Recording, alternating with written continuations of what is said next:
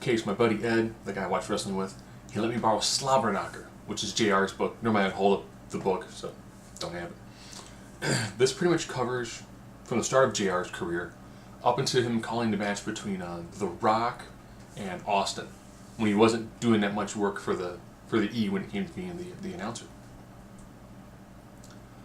Wow.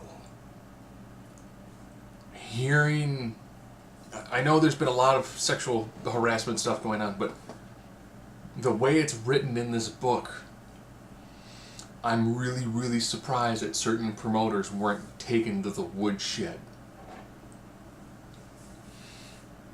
There's a tremendous amount of debauchery in this. Sometimes Jim Ross is partaking, sometimes he's the person with Ric Flair, and Flair has a flair for showing little H.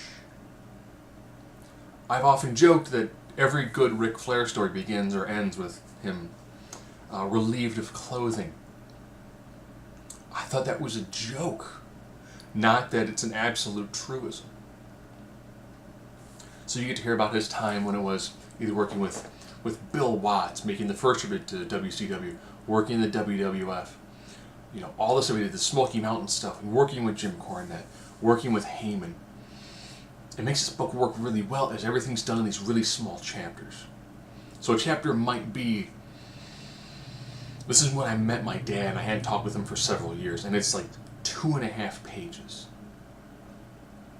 But it also means, too, that he doesn't dwell on anything for a long period of time. It's, here's when I was doing the booking for this, here I am driving around for this, here I am, you know, working with some talent and washing the back of 2 600-pound men in the shower because they got beat up hard in a match and they can't clean each other. Here I am making money. Here I am making no money. Here I am ruining this relationship. Being in a basement, and you know, yeah, there's some weed smoke, and I'm like, I never would picture good old JR, you know, smoking a sticky icky, but he did for a while. It's how he got through it. It's an amazing, fascinating read, especially when he's talking about, and then I worked with so-and-so, and it's the person's actual name. They say, you know him as.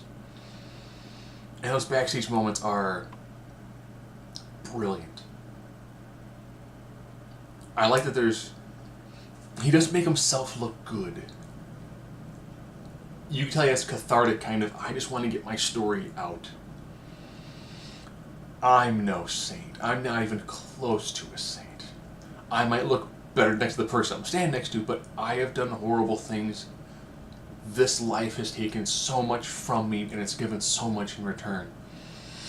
If you are a wrestling fan, this is bar none a book you have to read. Not should, you have to read this book.